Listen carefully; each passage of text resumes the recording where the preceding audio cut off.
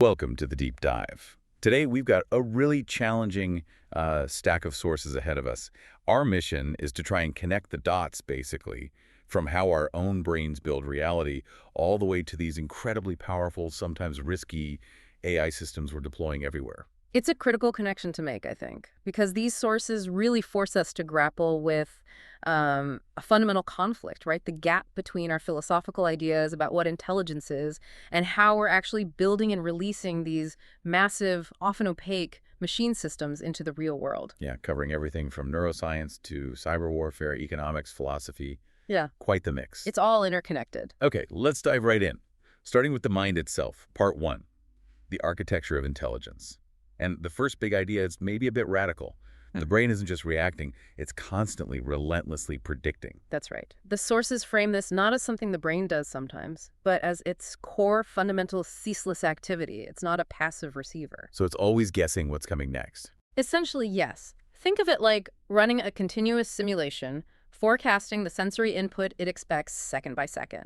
And this isn't just a neat trick, it's absolutely foundational for how we learn, how we stay stable in the world. Okay, so if it's always predicting, how does that help it learn? How does it build an accurate picture of the world if it's just guessing? It learns from its mistakes. It's all about prediction error.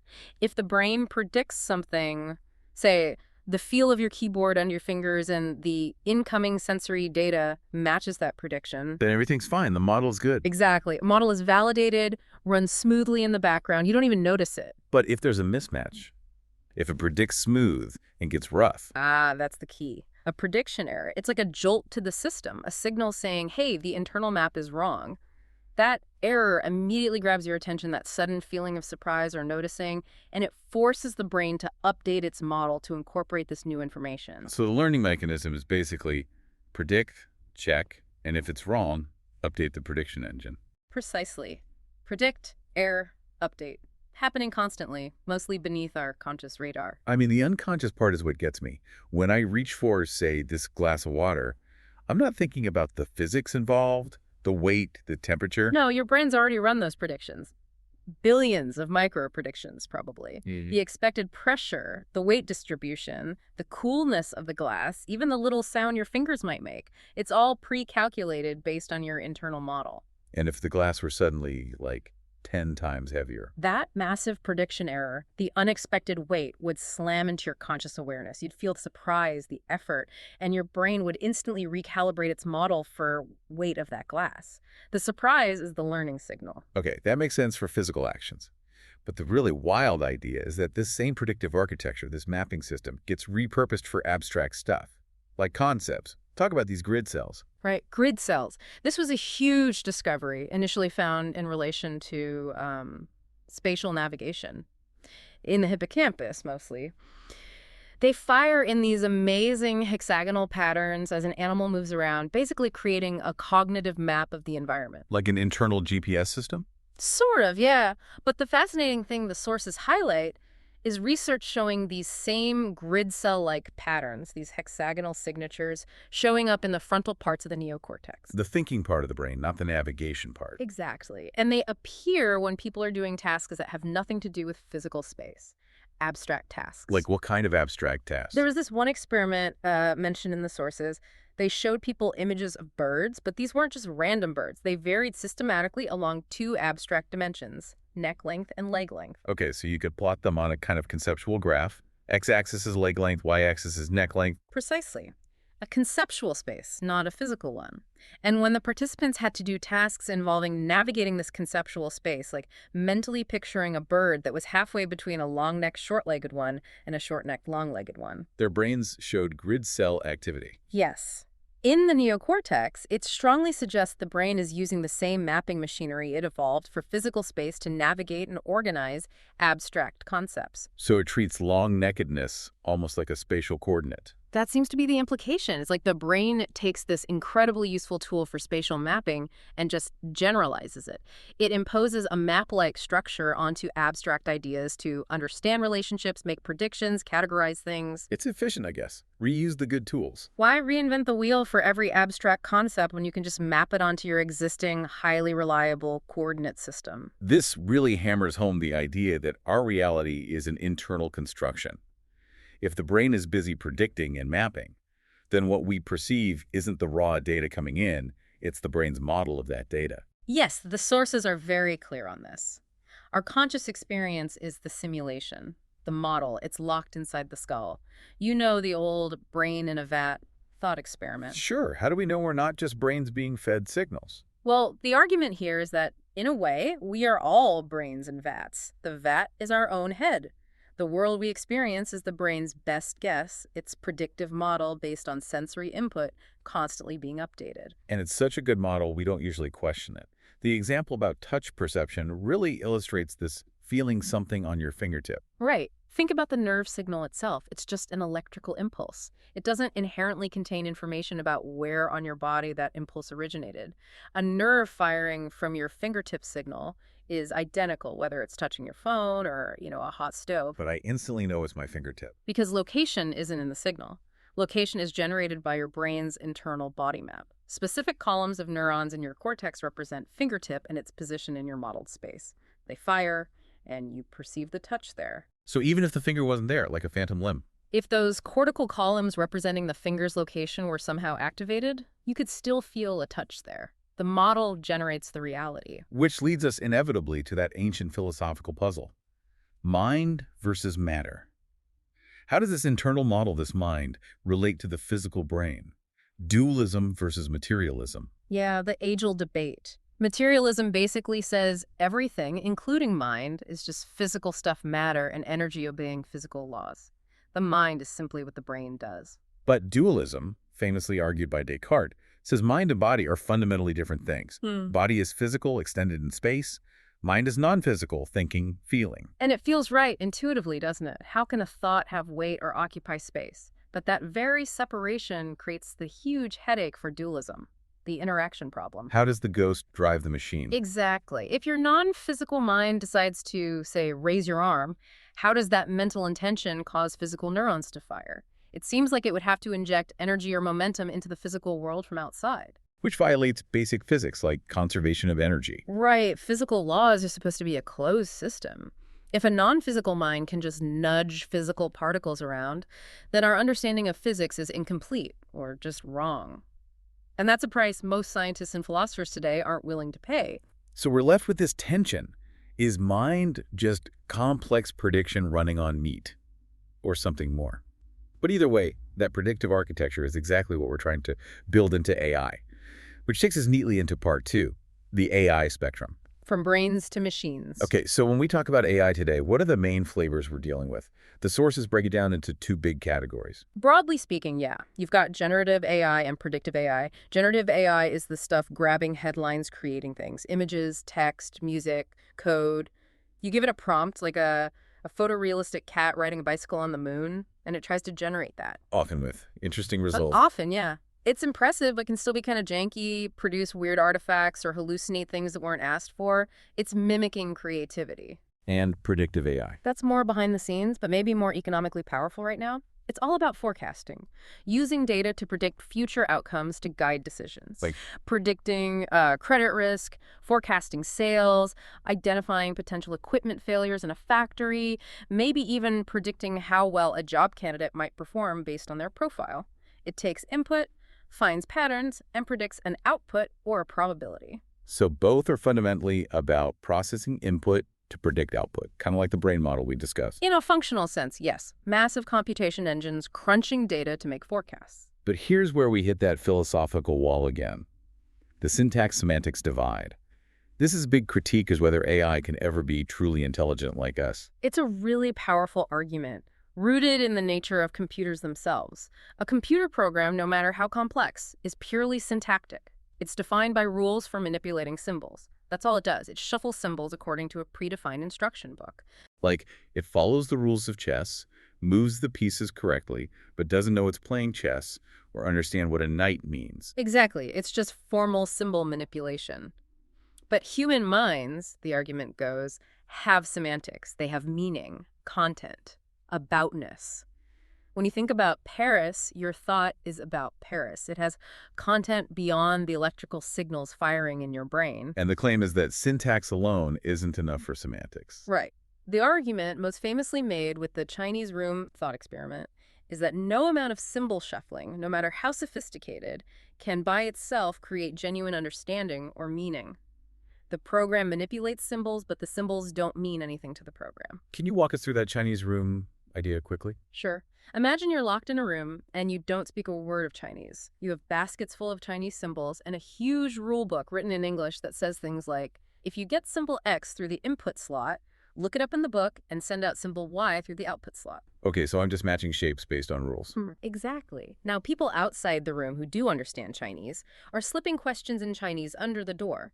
You follow your English rulebook, find the corresponding symbols, and slip the correct Chinese answers back out.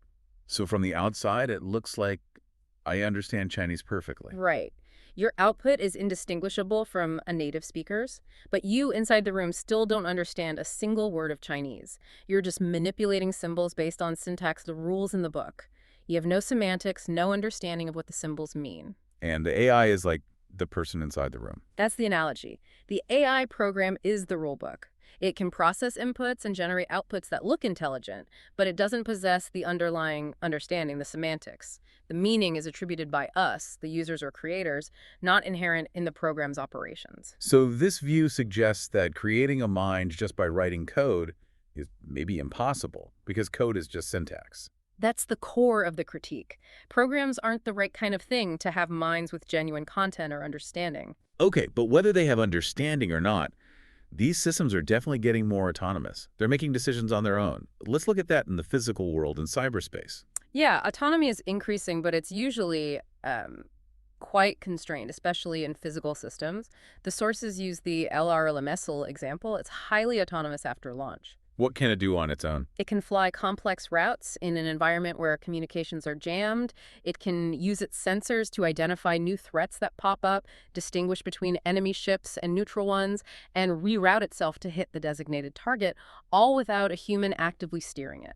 But crucially, it can't choose its own target, right? It can't just decide to attack something else. No, absolutely not. Its autonomy is strictly bounded by its programming and the initial mission parameters set by humans. It executes complex instructions autonomously, but it lacks strategic freedom or, ethical judgment. Okay, now contrast that with cyber. Autonomy seems almost essential there. It really is, for both offense and defense, mainly because of the speed involved. Things happen too fast in cyberspace for humans to keep up. What's the classic offensive example? Stuxnet is the poster child. It was a cyber weapon designed to operate autonomously once it got inside its target network, which was air-gapped, meaning disconnected from the internet. So it couldn't call home for instructions. Exactly. A human initiated the attack, but the worm itself had to navigate the internal network, identify the specific industrial control systems it was targeting, Siemens centrifuges in that case, and execute its payload all on its own. It needed that autonomy to function in a closed environment. And on the defensive side, why is autonomy critical there? Sheer volume and speed.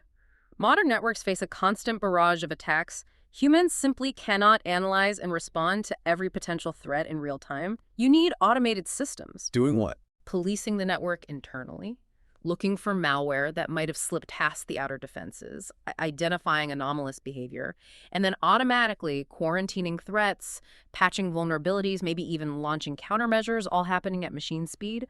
We have to delegate that defense because we're too slow. And that delegation, that necessary reliance on machine speed and autonomy, leads directly to what the sources term the Faustian bargain. Yes. Every time we hand over control of a critical function to an autonomous system, we're making a deal. We get speed, efficiency, capability. But we also accept a significant risk. Because the very things that make them powerful also make them vulnerable. Precisely. Their speed, their ability to act independently, their interconnectedness, these become massive liabilities if the system is compromised. What's a nightmare scenario outlined? It's the risk of catastrophic loss of control. If an adversary manages to hack into an autonomous system, especially something like a weapons system or critical infrastructure control, the consequences could be far, far worse than if a human were still in the loop, able to hit the brakes or question an order. It's not just one system failing, it's the potential for systemic takeover. Imagine a single piece of malware giving an enemy control over an entire fleet of autonomous drones, or shutting down a power grid managed by AI. That's the kind of risk we're talking about. It underlines the need for really robust safeguards, maybe even at the hardware level, and keeping humans involved in critical decision points wherever feasible. We're trusting systems we don't fully understand, and that lack of understanding is really highlighted by this bizarre problem of adversarial examples. Ah, yes, the deep network instability. This is one of the truly weird, unsettling findings about modern AI, especially deep learning. These networks are incredibly good at pattern recognition, but they are also, as sources say, easily fooled. Fooled how? Not just making mistakes, but something else. It's more fundamental. They're vulnerable to tiny, carefully crafted changes in the input data adversarial examples that are often completely imperceptible to humans. Give me a concrete example. How weird does it get? Okay, picture a state-of-the-art image recognition system. It can identify a picture of a panda with, say, 99% confidence. Now, researchers add a specific mathematically generated layer of noise to that image. To you and me, the picture looks exactly the same, still clearly a panda. Right. But when you feed this slightly altered image back into the same AI system, it now classifies it, maybe with 99% confidence, as a gibbon, or a toaster, or something completely unrelated. Whoa, just from imperceptible noise. Exactly. A tiny perturbation designed in just the right way causes a catastrophic failure in classification. It reveals a fundamental instability, a kind of brittleness in these deep learning models. And we don't really know why they're so sensitive to this. That's the troubling part. We built them, they work incredibly well on average, but the sources emphasize that we don't have a deep theoretical understanding of why they exhibit these counterintuitive, weird vulnerabilities. It's not clear if the current deep learning approach can even overcome this. Relying heavily on systems with these kinds of unexplained instabilities for high-stakes decisions, well, it should give us pause. Definitely. And this technical fragility is happening alongside a frantic race to deploy these systems everywhere.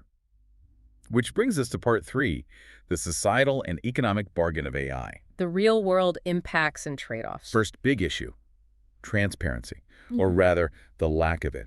As companies rush to commercialize, what's happening to our ability to actually see how these models work? It's becoming a major problem. The sources point out that the intense competition, especially in generative AI, has led companies to basically lock down technical details about their most powerful models. What kind of details are they hiding? Crucial stuff. The data sets they were trained on, which is vital for understanding potential biases. The number of parameters, the specific architecture, the energy consumed during training. These are increasingly treated as trade secrets, proprietary information. So we're deploying these incredibly complex, somewhat unstable systems, and the builders are actively preventing us from looking under the hood. Pretty much. And it's not just a vague concern. One study cited from 2023 specifically tracked transparency among major AI labs, OpenAI, Google, Anthropic, etc. The results were stark. How bad was it? All 10 companies evaluated got an F grade for revealing even basic technical information about their models. An F, commercial secrecy, is trumping public accountability and risk assessment. It makes independent auditing or effective regulation almost impossible. And behind the scenes of this commercial race, there's this huge, often invisible, human workforce doing the grunt work. Let's talk about the invisible labor of AI. Right, this is a really critical perspective from the sources. We think of AI as automated, but building these systems requires enormous amounts of human labor, specifically for data labeling and preparation. What does that involve? It involves humans painstakingly categorizing images, transcribing audio, identifying toxic content in text, drawing boxes around objects in videos, essentially cleaning, structuring, and labeling the raw data that the AI learns from. And where does this labor come from? The sources describe a pattern where AI companies actively sought out large pools of relatively cheap, educated, English-speaking labor in lower-income countries. Places like Kenya, the Philippines, India were mentioned. Why specifically those demographics? Educated so they could handle complex annotation tasks. English-speaking because much of the initial data and tooling was English-centric and willing to work for significantly lower wages than workers in, say, Silicon Valley. The sources frame this as extractive, right? Not just providing jobs, but taking value. Yes, that's the critique. While some companies might frame it as offering better alternatives, like, is labeling data in an air-conditioned office better than manual labor? Maybe. But the fundamental dynamic described is one of extracting cognitive labor at very low cost to fuel the AI boom elsewhere. It reflects this complex blend of corporate and even state interests in managing and controlling global data flows. And these labelers are effectively embedding biases and worldviews into the AI without much oversight. That's a huge part of it. The data sets aren't neutral. The way data is categorized, what's included or excluded, what's labeled toxic or safe, these are deeply value-laden decisions, often made by workers far removed from the context where the AI will be deployed, and usually hidden from the end user. Okay, so we have opaque systems built on sometimes extractive labor practices. How is this affecting the broader economy? Let's look at the shifting economic landscape. A key argument in the sources is about the direction of technological progress. Specifically, how digital technology, including AI, has overwhelmingly favored automation over what's called machine usefulness, or complementarity. Can you break down that distinction again? Automation versus usefulness. Sure. Automation is about technology replacing human workers. Think self-checkout kiosks, robot arms on an assembly line, automated call centers. The goal is substitution. Yeah.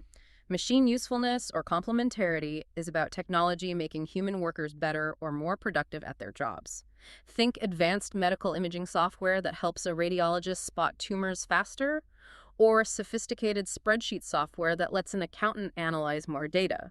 The tech assists the human rather than replacing them. And the argument is we focused way too much on the replacement part. Exactly. The sources contend that this heavy skew towards automation, rather than creating tools that augment human skills, is a major reason for the widening income inequality we've seen, particularly in the U.S.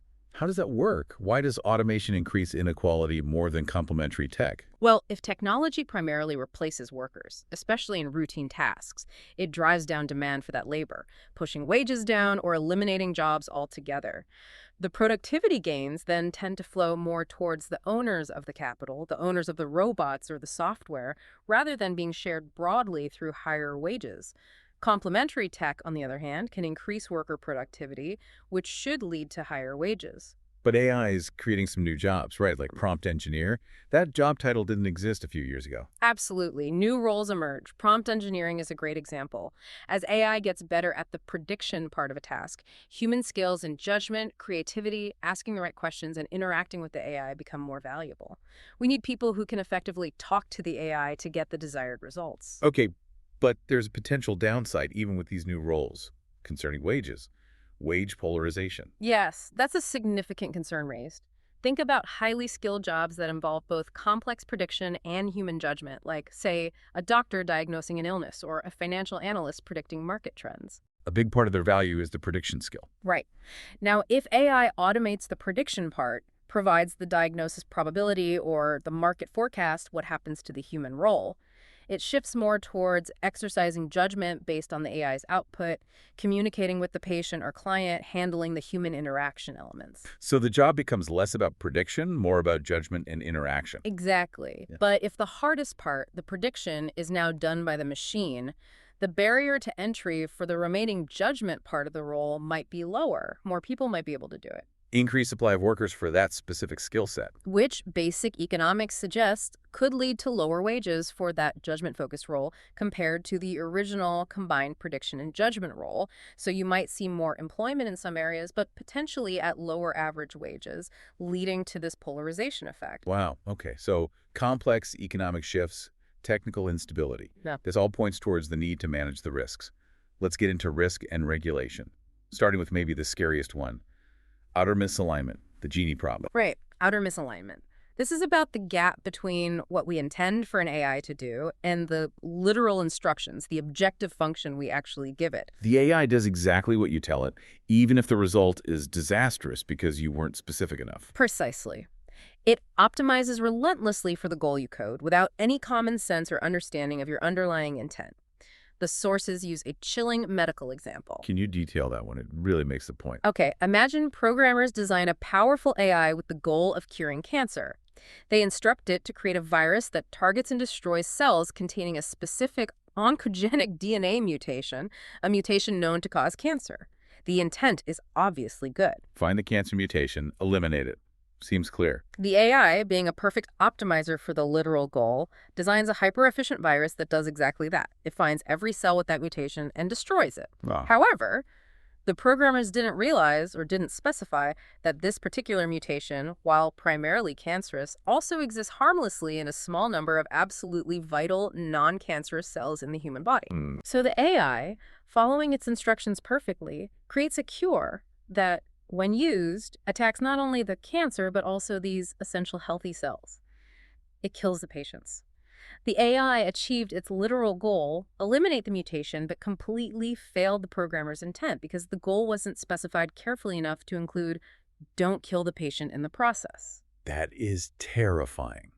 It highlights the immense difficulty of encoding human values and common sense into literal code. It's perhaps the central challenge of controlling superintelligent systems. How do you specify goals that are robustly beneficial under all circumstances? Which naturally leads to the debate around regulation. The standard argument against it is that it stifles innovation, but the sources presented an interesting counter-argument. Yes, that regulation, specifically safety standards, might actually accelerate the adoption of some AI technologies, like self-driving cars, for example. How would that work? Isn't regulation always a brake on progress? Not necessarily. The argument is about public trust and market stability.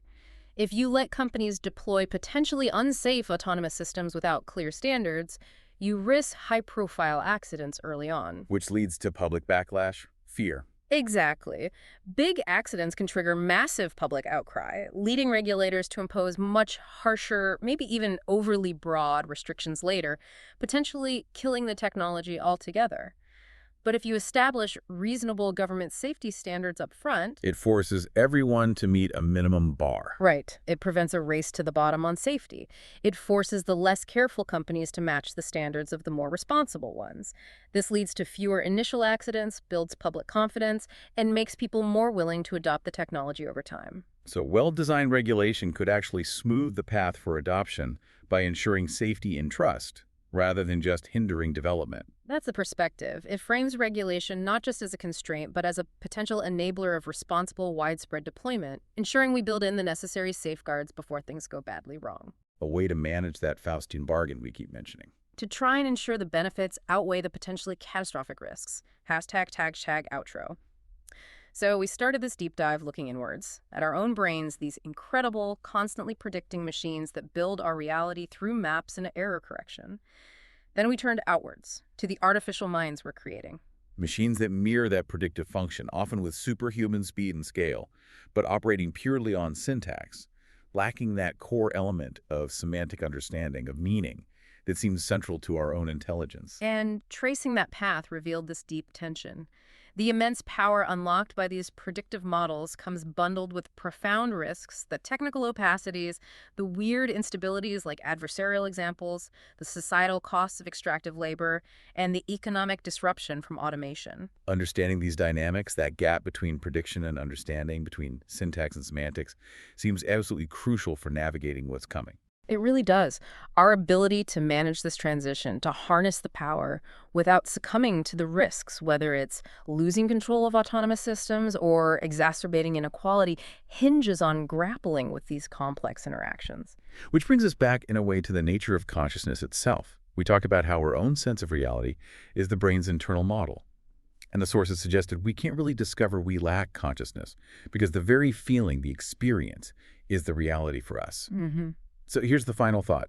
If our minds are predictive models generating reality, and those advanced AIs are also fundamentally prediction engines, just without the semantics, how significant is that semantic difference really in the long run? Is that the only firewall? Or perhaps the more immediate, tangible risk isn't about machines suddenly gaining consciousness or semantics. Maybe the greater vulnerability lies in us willingly externalizing our own judgment, our own decision-making, onto systems whose fundamental logic we don't fully grasp and whose failures can be both catastrophic and inexplicable. Are we risking outsourcing the very thing that makes us human, not to a right of consciousness, but to an opaque algorithm?